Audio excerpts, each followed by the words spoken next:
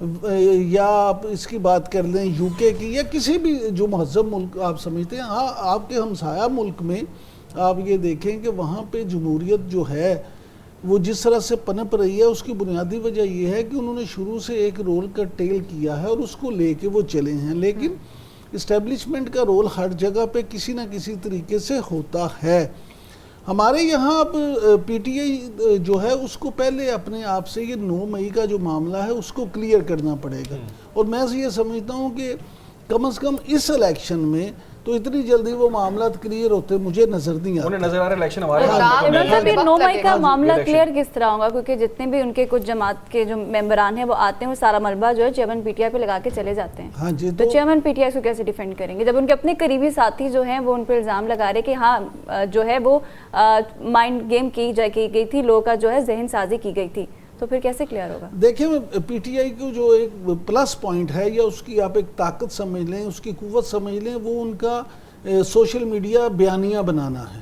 اب chairman P T I جو ہیں وہ اگر یہ آج بات کریں گے یا ان کی طرف سے پی ٹی آئی کے آفیشیل اکاؤنٹ پہ یہ ایک بیان جاری کیا جائے گا کہ جی اس طرح سے ہے, تو وہ اس کے لوگ جو ہیں اس کو اون کر لیتے ہیں. اور یہ جو لیڈر آج آپ کو پی ٹی آئی چھوڑتے نظر آتے ہیں, اگر انہیں شائبہ بھی ہو گیا اس بات کا کہ دوبارہ سے پی ٹی آئی جو ہے وہ قوت میں آنے والی ہے, تو وہ جوگ در جوگ جائیں گے اور اس وقت کہیں گے کہ ہماری تو کن پٹی پہ پتہ نہیں کیا رکھ کے تو ہم سے یہ بیان دلوایا گیا تھا. پرویز الہی صاحب جیلیں کاٹ رہے ہیں, کچھ تو سوچ سمجھ کے کاٹ رہے ہیں, اور برملا کہتے ہیں کہ بھائی I have a long term planning. اچھا میں ایسے ہی نہیں کاٹ رہی, میں نے پہلے بھی سوال کیا تھا, آپ جواب نہیں دے پائے. نہیں جواب آپ اس وقت آپ بریک پہ چلے گئی تھی. میں یہ سمجھتا ہوں کہ شاہ محمود قریشی صاحب اور Chaudhry Pervaiz Elahi sahib they are leader in making ہیں. ان دونوں سے کام لینے کے لیے ان کو ابھی تک جیل میں رکھا گیا. ہاں جی, اس لیے کہ پی ٹی آئی جو ہے اس کو آپ, پی ٹی آئی ایک سیاسی حقیقت تو ہے, آپ اس کو بالکل مائنس تو نہیں کر سکتے. تو جب چیئرمین پی ٹی آئی کی سیاست ختم ہو گئی تو اس کو کون لیڈ کرے گا؟ تو یہ دونوں وہ مورے ہیں جو کسی وقت بھی وہاں لیڈر کے طور پر. آپ سمجھتی ہیں کہ یہ جو سپیس نظر آ رہا ہے خان صاحب کو کہ شاید وہ سپیس جو تھا اب وہ نون لیگ ٹیک اوور کرنے جا رہی ہے, میاں صاحب واپس آ رہے ہیں, ہیپننگ ہو رہی ہے, میں جیل میں بیٹھا ہوں, میری پارٹی تتر بتر ہو گئی ہے, تو آپ سمجھتے ہیں کہ ان کو اپنے اس نیریٹو سے, اپنے اس ٹانس سے پیچھے ہٹنا پڑا ہے اور کوئی آپشن نظر نہیں آ رہا, دیر از نو وے آؤٹ؟ دیکھیے آپ نے پرویز خٹک کا انٹرویو دیکھا ہوگا جس میں انہوں نے کہا تھا کہ 4 دفعہ ایسا موقع ہوا تھا کہ کنسنسس ہو گیا تھا الیکشنز ہوں, اور پھر ایک پی ایم ایل این کے پروبیبلی ایک پولیٹیشین نے کہا تھا کہ اس سے بھی زیادہ مواقع تھے کہ الیکشنز پہ کنسنسس ہو گیا تھا 9 مئی سے پہلے. اور اس وقت عمران خان صاحب کا ایٹیٹیوڈ یہ تھا کہ وہ صرف چیف آف آرمی اسٹاف سے ہی بات کریں گے, اور ان کی اپوائنٹمنٹ کے اوپر وہ اپنی ایک اوپینین دینا چاہتے تھے. اور انہوں نے کچھ مذاق خیز ڈیمانڈز بھی کی تھیں پی ڈی ایم کی گورنمنٹ کے ساتھ کہ میں آپ کو نام دوں گا, آپ نے میری مرضی کا چیف آف آرمی اسٹاف لگانا. آپ یہ کر نہیں کر سکتے, پروفیشنلی آپ یہ کر نہیں سکتے. اور اس وقت تو ویسے بھی آپ اپوزیشن میں, لانگ مارچ ہوا تھا تعیناتی پہ جی, لیکن یہ میں اس کے بعد کی بات کر رہی ہوں. تو یہ جو آپ بات کر رہے ہیں نا کہ مذاکرات کی, جس وقت مذاکرات کا وقت تھا عمران خان نے وہ سارے مواقع ضائع کیے اور بہت زیادہ تھے. I believe Imran Khan has been one of the luckiest politician on planet کہ انہیں اپنے وقت پہ اسٹیبلشمنٹ کی پوری سپورٹ تھی, میڈیا کی پوری سپورٹ تھی, عوام ان کے پیچھے ویسے ہی پاگل تھی, پھر بھی ہی کوڈ ناٹ پولیٹیکلی پلے. انہوں نے اپنے دشمن خود بنائے. ان کی عادت تھی برے ایڈوائزرز. وسیم اکرم کے زمانے میں ایک اسپورٹس جرنلسٹ تھا, I'm sorry, I'm quoting so much books, but this is how it is. تو اس اسپورٹس جرنلسٹ نے ایک کتاب لکھی تھی کہ جب یہ کرکٹر تھے تب بھی کان کے کتنے کچرے تھے کہ کس کو ٹیم میں لانا ہے, کس کو ٹیم میں نکالنا ہے. اور I am seeing this on air now کہ اس وقت بھی جو ان کی انفارمیشن میں ٹیم ہے اس میں سے کچھ لوگ ایسے ہیں جو 2018 میں عمران خان کی جڑیں کاٹ رہے تھے. انہی لوگوں کے عمران خان نے اب تعینات کر دیا کہ جائیں اسٹیبلشمنٹ سے جا کے بات کریں. تو وہ اتنے چودھری کے یہ انٹرویوز ہیں, وہ اتنے انفارمڈ ہیں, ان کو پتہ ہی نہیں کہ کون کیا کتنا وفادار ہے. کو لے کے تو کتنا کلیش پی ٹی آئی کے اندر رہا ہے. سوری ٹو سے, ابھی آپ نے جس ملاقات کا ذکر کیا تھا ان میں جو رؤوف حسن صاحب ہیں, آپ کی اطلاع کے لیے عرض ہے کہ نون لیگ میں وہ ڈی جی پی آر رہے ہیں. جی, اور 14-15 میں سے بھی کنکلوڈ کرنا چاہتی ہوں پلیز. اور 14-15 سال ان کی اچھی خاصی ناراضگی رہی ہے. فواد حسن فواد صاحب کے بھائی بھی ہیں, وہ ایک الگ ان کے بارے میں فیکٹ ہے. اسٹیبلشمنٹ کے ساتھ ان کے تعلقات یا مذاکرات اس لیے نہیں ہو سکتے, دس از مائی اوپینین, کہ انہوں نے ہمیشہ اپنے وہ ہوتا ہے بونے جو ہوتے ہیں آپ کی ٹیم میں, ان کو بھیجے جو آپ بات کرو. تو یا تو یہ معافی مانگے, یا تو یہ معافی مانگے یا پھر یہ میرا خیال ہے معافی کی کنسیڈر ہو سکتی ہے, لیکن اب اسٹیبلشمنٹ کی نروز نہیں ہے عمران خان سے بات کرنے. یعنی کہ اس الیکشن کے اندر آپ کو ناٹ ایٹ آل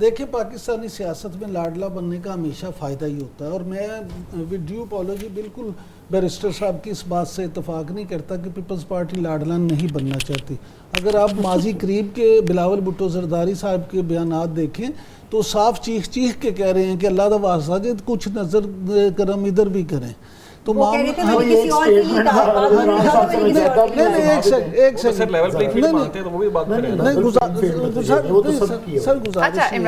گزارش صرف اتنی ہے کہ میں ذاتی طور پہ یہ سمجھتا ہوں کہ تمام سیاستدان دیکھیں، جب بی بی نے میثاق جمہوریت کیا تھا تو وہ پوری ایک ورکنگ ہوئی تھی، اور اللہ جنت نصیب کرے نوابزادہ نصر اللہ خان صاحب کو، انہوں نے اس میں بہت ایک رول پلے کیا تھا. شاید آپ لوگوں کو اس بات کا علم نہیں ہے کہ یہ ایسے نہیں میثاق جمہوریت ہو گیا تھا. باقاعدہ سعودیہ میں بڑی سرور پیرس میں میٹنگز ہوتی رہیں، کیونکہ ایگزائل میں تھے اس وقت میاں نواز شریف، اور اس کے بعد یہ معاملہ ہوا. اسی طرح سے آپ یہ دیکھیں کہ جب لاڈلی بننا چاہتی ہے پیپلز پارٹی، نہیں لاڈلی کی بات نہیں، جس وقت 2018 کے الیکشن ہوئے اور بطور اپوزیشن لیڈر ڈائس پہ آ کے میاں شہباز شریف نے یہ کہا تھا کہ آئیں اب میثاق معیشت کرتے ہیں اور اس کو سب مل کے کرتے ہیں. اسی پہ بطور سے بات ہے جس طرح بیرسٹر صاحب نے کہا کہ اسٹیبلشمنٹ کنٹرول کرے نہ کرے، تو اگر اسٹیبلشمنٹ کنٹرول نہ کرے تو اس پر جو ہے وہ اس پر کیا پولیٹیکل پارٹیز کو کیسے کنسنسس کرنا چاہیے؟ ہم بریک میں بھی بات کر رہے تھے، بیرسٹر صاحب کے احمد بلال محبوب نے لکھا، میرے خیال ہے پچھلے سال انہوں نے لکھا تھا کہ ہم اگر فار دا ٹائم یہ اسٹیبلشمنٹ کے رول کو مان بھی لیں، لیکن تو پولیٹیشنز کہاں ہیں؟ تو یہ چینج تب تک نہیں آئے گا جب تک پولیٹیشنز اپنی اس عادت کو ختم نہیں کریں کہ انہیں کوئی سگنل آئے گا. ٹائم ہمارا ختم ہو رہا ہے. لاسٹ کویسچن وہی ہے کہ نواز شریف کی واپسی کی بات ہم کر رہے ہیں، ان کی واپسی ووٹر جو ہے یا جو ان کے سپورٹرز ہیں وہ نالا نظر آتے ہیں، ان کی واپسی مؤثر ثابت ہوتی ہے، نظر آ رہی ہے آپ کو؟ یہ تو ووٹرز ٹرن آؤٹ سے پتہ چلے گا، بٹ مجھے نہیں لگتا کوئی بیانیہ وغیرہ، کیونکہ پرفارمنس نہیں ہے. میرا نہیں خیال کہ نواز شریف کے لیے نہ وہ پاکستان ہے اور نہ پاکستان کے لیے یہ وہ نواز شریف ہے. یہ 60% نوجوان ہیں، میں نہیں سمجھتا وہ میاں صاحب کی گفتگو کو سمجھیں گے اور میاں صاحب ان کے ذہن کو سمجھیں گے. مجھے لگتا ہے کہ مسلم لیگ نون کو فرق پڑے گا ان کے آنے سے، اس کا جو ووٹر سپورٹر ہے وہ ایکٹیو ہوگا، اسے اس میں ایک جان آئے گی، لیکن وہ کس قدر آتی ہے اور اس کو لے کے کیا یہ صرف ایک دن کا شو بنتا ہے یا یہ آگے کنٹینیو ہوتا ہے، یہ کتنا پرولونگ کریں گے یہ میٹر کرتا ہے. ابھی ایک بریک کی جانے پڑے، کچھ دیر میں واپس آئیں گے. اصلاحات آپ نے دیکھی، مسلم لیگ نون کے حوالے سے بھی ہم بات کر رہے ہیں اور ڈسکشن کر رہے ہیں کہ نواز شریف واپس آ رہے ہیں پاکستان، اور ان کے واپس آنے کے حوالے سے بہت ساری ڈیولپمنٹ سامنے آ رہی، بہت ساری ہیپننگز ہو رہی ہیں. سیاسی حلقے اس وقت کافی متحرک نظر آ رہے ہیں، کیا ہوگا، کیا ہونے جا رہا ہے، کیا ہو چکا ہے، بہت ساری چیزیں ڈسکس کرنے کے لیے. اور اسٹوڈیوز میں ہمیں اب جوائن کر لیا ہے سلمان عابد صاحب نے، تجزیہ کار ہیں، آپ ان کو دیکھتے ہیں اس چینل پر. اس کے علاوہ عمران شفقت صاحب ہمارے ساتھ موجود ہیں اسٹوڈیوز میں. عمران شفقت صاحب سینئر صحافی ہیں، سینئر اینالسٹ ہیں اور دبنگ قسم کا تجزیہ کرتے ہیں. ان سے پہلے ہم اس گفتگو کا آغاز کرتے ہیں. عمران شفقت صاحب بہت شکریہ کہ آپ آئے. بہت سارے سوالات ہیں نواز شریف صاحب کی واپسی کو لے کر جو کہ ہر بندہ اس وقت کر رہا ہے، اور کیوروسٹی چل رہی ہے کہ اس سیاسی منظرنامے میں کیا کوئی بہت بڑی ہیپننگ ہونے جا رہی ہے، بہت بڑی تبدیلی آ جائے گی نواز شریف کے واپس آنے سے. یہ کہیے گا کہ 24 اکتوبر کو تو ان کو ریلیف مل گیا 24 اکتوبر تک، اس کے بعد کا جو منظرنامہ ہوگا وہ کیا ہوگا؟ الیکشن کمپین کریں گے اور انتخابات شاید وقت کے اوپر ہوں گے. ان کی واپسی سے تو یہی لگ رہا ہے، اگر انتخابات وقت کے اوپر نہ ہونے ہوتے تو شاید وہ واپس بھی نہ آتے. تو اس کے علاوہ مجھے تو کوئی بہت بڑا چینج، کیونکہ جو چینج آنا تھا وہ تو آ گیا ہوگا. ایک ایسا شخص جس کو سزا سنائی سسٹم نے، پھر ایک لمبی کہانی ہے کہ سزا کے بعد کیا کیا ہوا، وہ کون کون سے لوگ تھے جو اعترافات کر رہے تھے، اور پھر ان کا پاکستان سے واپس جانا، ایک سزا یافتہ شخص کا پاکستان سے واپس جانا بھی تاریخ کا انوکھا واقعہ ہے. اور پھر جنہوں نے بھیجا تھا وہ بھی الزام ایک دوسرے کے اوپر لگا رہے تھے کہ وقت کا وزیر اعظم کہہ رہا تھا کہ مطلب میرے نیچے پتہ نہیں کیا ہو گیا، مجھے تو پتہ ہی نہیں یہ کس طرح چلے گئے ہیں باہر. تو یہ بھی سیاسی معجزے ہیں، ہوتے ہیں. اور پارٹی کارکنان جو اپنے ووٹرز ہیں مسلم لیگ نون کے، وہ کافی نالا تھے، کافی ناراض تھے، پریشان تھے کہ میاں صاحب واپس ہی نہیں آ رہے اور ہماری لیڈرشپ جو ہمارا لیڈر ہے وہ ملک میں موجود نہیں ہے. تو ان کی واپسی سے کوئی آپ کو لگتا ہے کہ پاکستان مسلم لیگ نون کے ووٹروں کو پہلا دھچکا نہیں تھا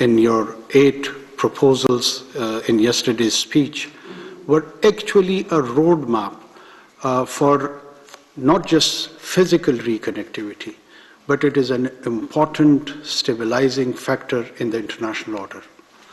The kind of global challenges, be it political, economic, social, civilizational, which are faced by many nations around the world, they need answers.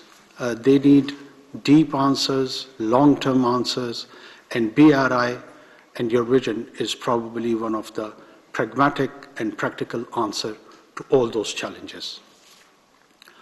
I would take this opportunity to thank you once again for extending this invitation to us and be witness to that historic speech of yours, and we will take that message back home of your inspiration and your leadership imbibed in the Chinese value system, your governance system. This path of modernization which China has taken for last so many years is not just a stimulant for us. It is also a role model for us. It is also a lesson for us that how the countries or nations, once they decide, once they determine, they can take a leap jump and transform the lives of millions and millions of people in such a tremendous manner that it is unprecedented in human history. I, as a student of history, try to find parallels that has any other nation has done either in Rome or in Greece or in Northern America or in Asia. The answer after a lot of puzzle only comes in one word, and that is China.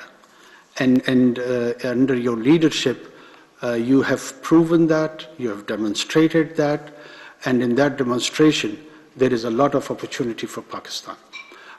Pakistan expresses its deep commitment toward our traditional one China policy, be it vis-a-vis Tibet, Xinjiang. I myself, I am leaving for Urumqi this evening.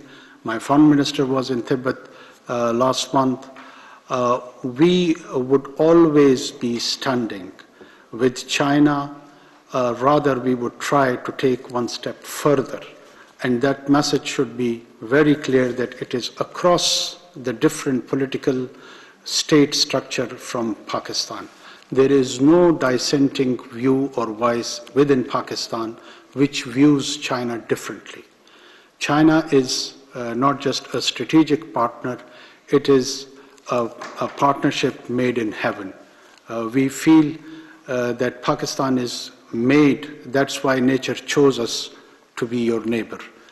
We were the first and foremost to be trusted, and we are the one who trust you utmost. When it comes to the Chinese question in Pakistan, the only one thing which is not in our mind, that is doubt.